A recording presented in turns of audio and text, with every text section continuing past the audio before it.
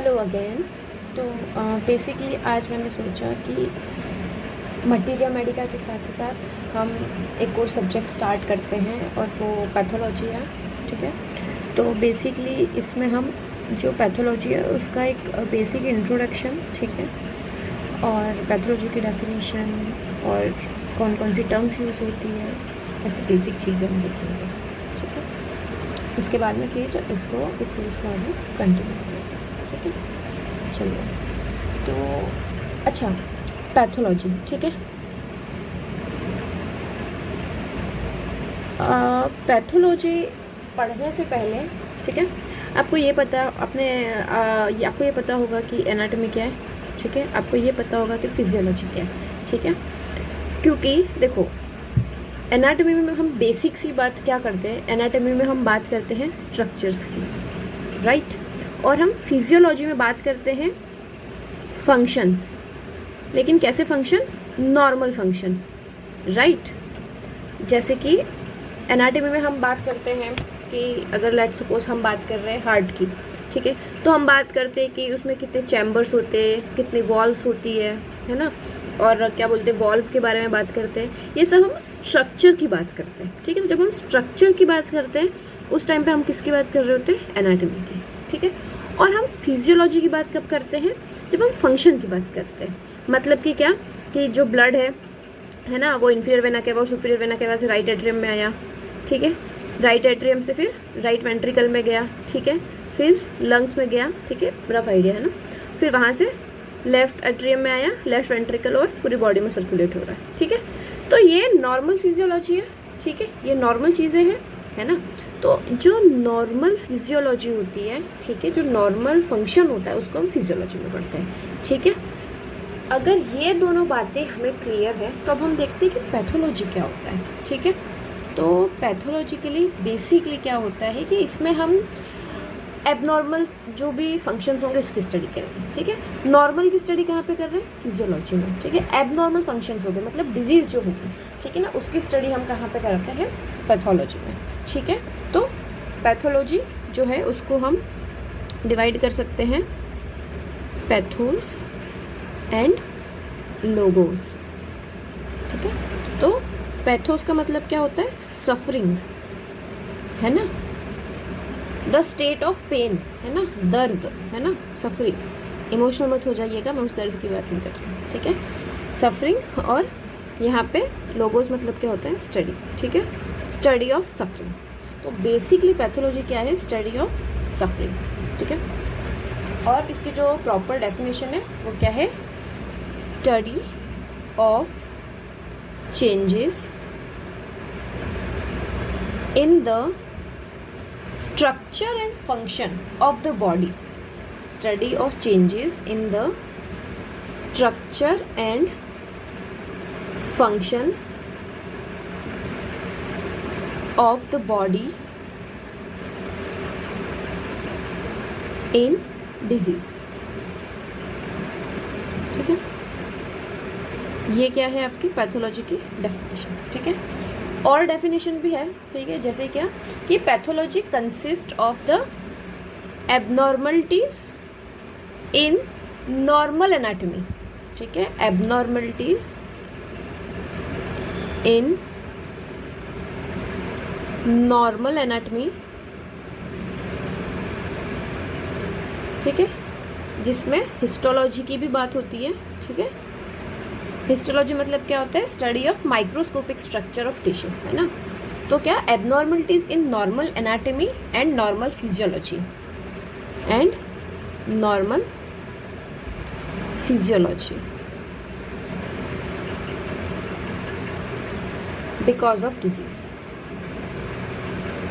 ठीक है, ये सेकेंड डेफिनेशन हो गई। इसको एक और आप बोल सकते हो बिल्कुल साफ शब्दों में, है ना, बिना किसी ढोंग के, बिना किसी ऐसे टाल मोल के, आप क्या बोल सकते हो? सीधी सी बात, अगर किसी एकदम लेमैन को समझाना है तो क्या बोल दो? Study of disease. बस बात खत्म करो, है ना, स्टडी ऑफ डिजीज। ठीक है, ये बेसिकली क्या होता है? पैथोलॉजी। ठीक है, ये एक बेसिक सी बात है पैथोलॉजी के बारे में। पैथोलॉजी का मतलब क्या होता है? अब एक काम करते हैं, जो बेसिक टर्म्स है ना, जो थ्रू आउट हमको मिलती रहेगी देखने को, उसके बारे में हम अब देख लेते हैं, ठीक है। तो जो फर्स्ट टर्म है वो है, चलिए हम टर्म्स देख रहे हैं, ठीक है। तो फर्स्ट टर्म है पैथोफिजियोलॉजी, पैथोफिजियोलॉजी,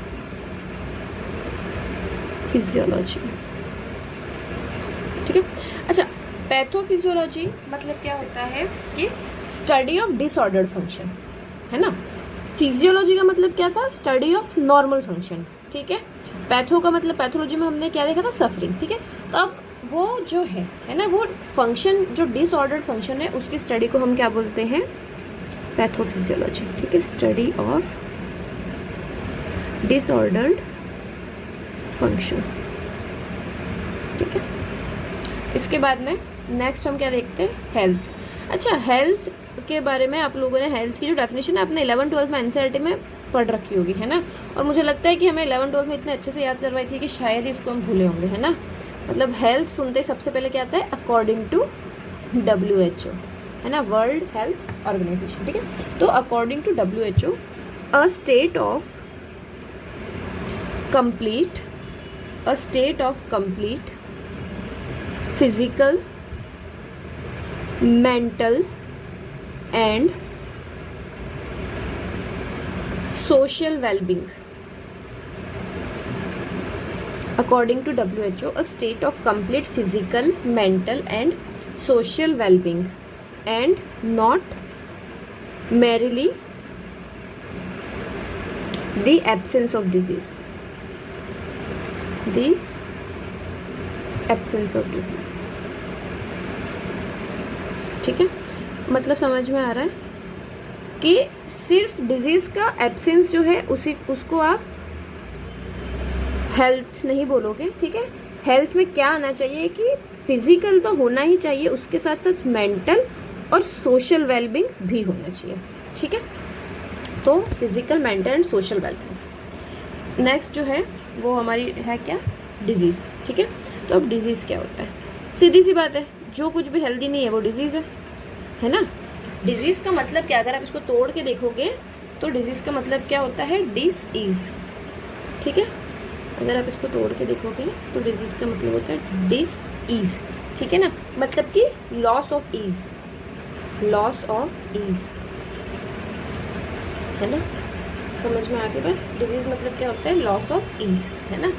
तो इसमें क्या होगा, इसका मतलब क्या होता है डिजीज का, disease is opposite of health, disease is opposite of health, ठीक है। या फिर और क्या बोल सकते हो कि deviation from the normal healthy state, deviation from the normal healthy state, ठीक है। ये क्या होता है, डिजीज होता है ना। लॉस ऑफ ईज है ना डिजीज। नेक्स्ट है वो है सिंड्रोम। सिंड्रोम मतलब क्या होता है, सिंड्रोम का मतलब क्या होता है, ग्रुप ऑफ सिम्टम्स, है ना, ग्रुप ऑफ सिम्टम्स। आपने एड्स के बारे में सुना होगा, है ना, एक्वायर्ड इम्यूनो डेफिशिएंसी सिंड्रोम, है ना, ग्रुप ऑफ सिम्टम्स, ठीक है।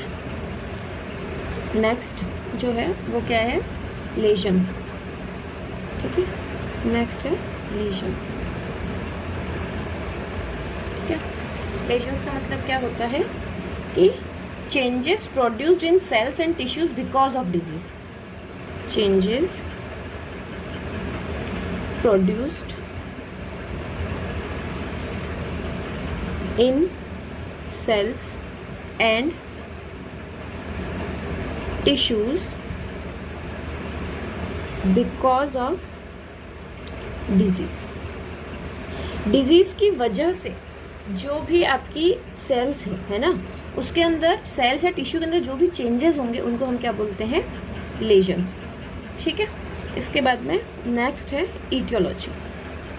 ईटियोलॉजी का मतलब क्या होता है, ठीक है। ईटियोलॉजी का मतलब होता है बेसिक सा, factors responsible for the relations, factors responsible for the lesions, for the lesions, ठीक है। मतलब वाई ऑफ द डिजीज, कि डिजीज क्यों हो रही है ना।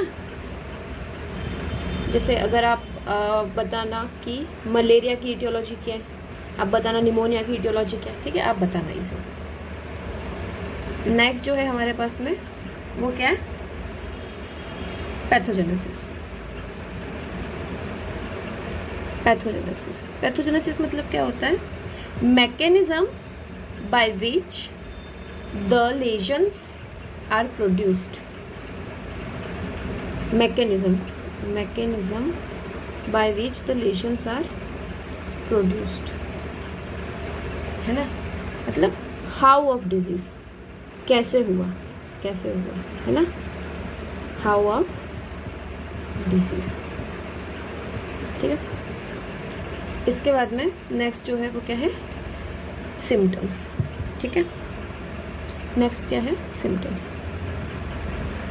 सिम्टम्स मतलब क्या होता है, felt by the patient. Symptoms क्या होते हैं, फेल्ट बाय द पेशेंट, ठीक है ना। मतलब कि क्या हुआ, फेल्ट बाय द पेशेंट, है ना। मतलब लेट सपोज अगर मुझे गले में दर्द है तो मैं आपको बता रही हूँ कि मुझे गले में दर्द है, तब आपको पता चला ना, तो इसका मतलब ये क्या है, सिम्टम हो गया, ठीक है। और क्या होता है, साइन। साइन क्या होता है, डिस्कवर्ड बाय द क्लिनिशियन, ठीक है ना, डिस्कवर्ड बाय द क्लिनिशियन। इसका मतलब क्या होता है कि जैसे कि जब किसी को देख करके ही पता चलता है ना कि कुछ तो गड़बड़ है शायद यहाँ पे, है ना। जैसे कि अगर कोई आता है और उसकी आप चाल देखोगे और चाल में कुछ गड़बड़ है, उसको पैर में लगी हुई, तो आपको दिमाग में आ सकता है कि ठीक हो सकता है इसके पैर में लगी हो या फिर ऐसे कुछ प्रॉब्लम है ना। तो साइंस क्या होते हैं जो आप खुद से पता कर सकते हो, और सिम्टम्स क्या होते हैं जो पेशेंट बताता है आपको, ठीक है। इसके बाद में नेक्स्ट क्या है, डायग्नोसिस, ठीक है। डायग्नोसिस का बेसिक मतलब होता है कंक्लूजन, रिजल्ट, है ना। तो इसका डेफिनेशन जो है वो ये होता है कि मॉर्फोलॉजिकल चेंजेस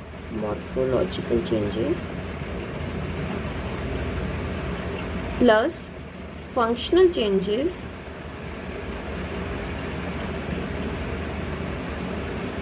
प्लस इन्वेस्टिगेशंस, ठीक है, प्लस इन्वेस्टिगेशंस, है ना।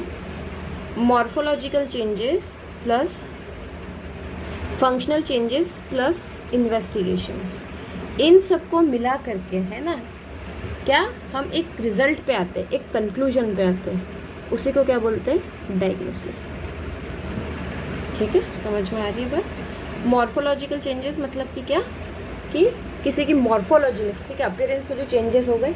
फंक्शनल चेंजेस मतलब कि जो भी काम वो ऑर्गन पहले कर रहा था उसमें अब कहीं पे कुछ प्रॉब्लम हो रही है। और इन्वेस्टिगेशंस क्या हो सकते हैं, कुछ भी हो सकता है, डिपेंड करता है, ठीक है। एक्सरेज हो गई, है ना। इसके बाद में यूवी रेज, एक्सरेज हो गई। इसके बाद में आपका ये अल्ट्रासाउंड वगैरह हो गया, ठीक है ना। तो ये सभी जो है अलग अलग प्रोसीजर, उनको इन्वेस्टिगेशंस बोलते हैं। तो उन सबको मिला कर जब वे कंक्लूजन पे आते हैं, ठीक है ना। मतलब कि सीधा सीधा क्या कि जो आप ऐसा बोलते हैं ना कि अच्छा इनको ये बीमारी है ना, तो वो जो बीमारी है वो आपको जो पता लगाया है ना, वो आपका कंक्लूजन है। समझ में आ गई बात, ठीक है। नेक्स्ट डायग्नोसिस के बाद में नेक्स्ट होता है प्रोग्नोसिस, ठीक है। प्रोग्नोसिस मतलब क्या होता है, प्रोग्नोसिस मतलब कि फ्यूचर क्या है डिजीज का, है ना, फ्यूचर या फेट ऑफ द डिजीज, ठीक है ना, कि what is going to happen, है ना। कि अच्छा किसी को कोई डिजीज है, लेट सपोज किसी को टॉन्सिलाइटिस हो रहा है, तो सीधी सी बात है थोड़े से टाइम में सही हो जाएगा ना, 5-6 दिन में सही हो जाएगा। अगर नॉर्मल केस है टॉन्सिलाइटिस का तो 5-6 दिन में सही हो जाएगा। तो इसका मतलब क्या है, प्रोग्नोसिस इज गुड, है ना। इसका मतलब क्या है, प्रोग्नोसिस इज गुड। अब अगर लेकिन उसी की जगह किसी को कैंसर है और वो भी उसके लास्ट स्टेज में, 4th स्टेज में आ गया है, ठीक है, टर्मिनल स्टेज में आ गया है, तो सीधी सी बात उसका प्रोग्नोसिस बैड होगा, है ना। समझ में आ रही कि बहुत कम चांसेस है ना कि वो वापस से नॉर्मल, मतलब उसकी जो हेल्थ है वो आ जाए, या फिर कि क्या कि वो वापस सही हो जाए, उसके चांसेस कम है ना। तो प्रोग्नोसिस उसको बोलते हैं, ठीक है, गुड और बैड प्रोग्नोसिस, ठीक है। इसके बाद में जो नेक्स्ट है हमारे पास में वो क्या है, ट्रीटमेंट। नेक्स्ट क्या है, ट्रीटमेंट, ठीक है। तो ट्रीटमेंट का मतलब क्या होता है, what can be done to cure, है ना, what can be done to cure, ठीक है, कि क्योर करने के लिए, है ना, रिस्टोरेशन के लिए, ठीक है, या फिर कि बचाने के लिए, है ना, उस चीज़ को सही करने के लिए क्या किया जा सकता है, ठीक है, उस डिजीज़ को सही करने के लिए हम क्या क्या मेडिसिन दे सकते हैं या फिर कुछ जनरल मेजर्स दे सकते हैं। किसी को जुकाम है तो आप बोल सकते हो कि ठीक है आप गार्गल करो गर्म पानी से, है ना, या फिर रेस्ट लो, है ना, प्रॉपर फ्लूइड्स वगैरह लेते रहो। तो ये क्या ट्रीटमेंट हो गया, मेडिसिन आप उसको कौन सी दे रहे हो, है ना, ये हो गया ट्रीटमेंट। और फिर क्या आता है, प्रिवेंशन। प्रिवेंशन आपने बहुत बार सुना होगा, prevention is better than cure, है ना, prevention is better than cure. आपने बहुत सी बार, स्पेशली एड्स का, जब एड्स के बारे में पढ़ा होगा तो आपने ये तो पढ़ा ही होगा, prevention is better than cure, ठीक है, कि प्रिवेंशन का मतलब क्या है कि उस कंडीशन पे जाने ही मत दो, है ना। What should be done to avoid complications and spread, समझ रहे हो, what should be done to avoid, what should be done to avoid complications and spread, complications and spread, ठीक है, क्या किया जा सकता है प्रिवेंट करने के लिए, है ना। जैसे कि अभी कोविड वाला सीन चल रहा था, कोविड का केस चल रहा है, तो सीधी सी बात है, प्रिवेंशन के लिए क्या बोलोगे कि ठीक है आप एक सेफ डिस्टेंस पे रहो, है ना, मास्क लगाओ, इसके बाद में क्या, ये आपका प्रिवेंशन है, ठीक है। या फिर अगर किसी को हो जाता है तो आप उसको क्या बोलोगे, भीड़ भाड़ वाली जगह पे मत जाओ, उससे बाकी लोगों को भी हो सकता है, तो ये सब क्या है, प्रिवेंशन, ठीक है। इसके बाद में नेक्स्ट आपको आप एक बहुत फ्रीक्वेंटली आप सुनोगे, वो क्या सुनोगे, एक इएट्रोजेनिक कॉजेज, ठीक है। इएट्रोजेनिक कॉजेज क्या होता है, ठीक है, इएट्रोजेनिक कॉजेज का बेसिक सा मतलब होता है ओनिंग टू फिजिशियन, कि फिजिशियन की वजह से अगर कुछ प्रॉब्लम हुई है ना, ओनिंग टू फिजिशियन, कि फिजिशियन अगर सही से उस चीज़ का एनालाइज नहीं कर पाया कि सीवियरिटी क्या है, उसकी वजह से अगर पेशेंट को कुछ प्रॉब्लम होती है तो उसको हम क्या बोलते हैं, इएट्रोजेनिक कॉजेज, ठीक है। इसका एग्जांपल क्या है, death due to error in judgement, है ना, कि हो सकता है फिजिशियन ने थोड़ा नेग्लेक्ट किया हो, ठीक है, या फिर उसे जेन्युइनली उसे नहीं पता चला हो, वो कुछ पॉइंट मिस कर गया हो, उसकी वजह से अगर कुछ प्रॉब्लम हो जाती है ना, तो उसको क्या बोलते हैं, इएट्रोजेनिक कॉजेज, ठीक है। और एक और है क्या, इडियोपैथिक कॉजेज, ठीक है। ये बेसिकली हमने जितने भी टर्म्स देखे वो आपको थ्रू आउट पैथोलॉजी में आपको देखने को मिलेंगे ही सही, ठीक है ना। तो इडियोपैथिक कॉज मतलब क्या होता है कि ऑफ अननोन कॉज, है ना, जैसे कि ऑफ अननोन कॉज, ठीक है। इसका मतलब क्या हो गया कि जैसे कोई डिजीज़ है ना, और पता नहीं है कि वो क्यों हो रही है, तो उसको हम क्या बोलेंगे कि ये इडियोपैथिक है, हमको पता नहीं है क्यों हुई है, किस वजह से हुई है, अननोन कॉज, ठीक है। तो आई होप आपको ये जो इंट्रोडक्टरी लेक्चर है समझ में आया होगा, ठीक है। इसके बाद में हम जो नेक्स्ट है वो सेलुलर एडेप्टेशन स्टार्ट करेंगे, ठीक है। आई होप आपको ये समझ में आया होगा, अगर कुछ डाउट हो तो प्लीज़ लेट मी नो, ठीक है। Okay, thank you.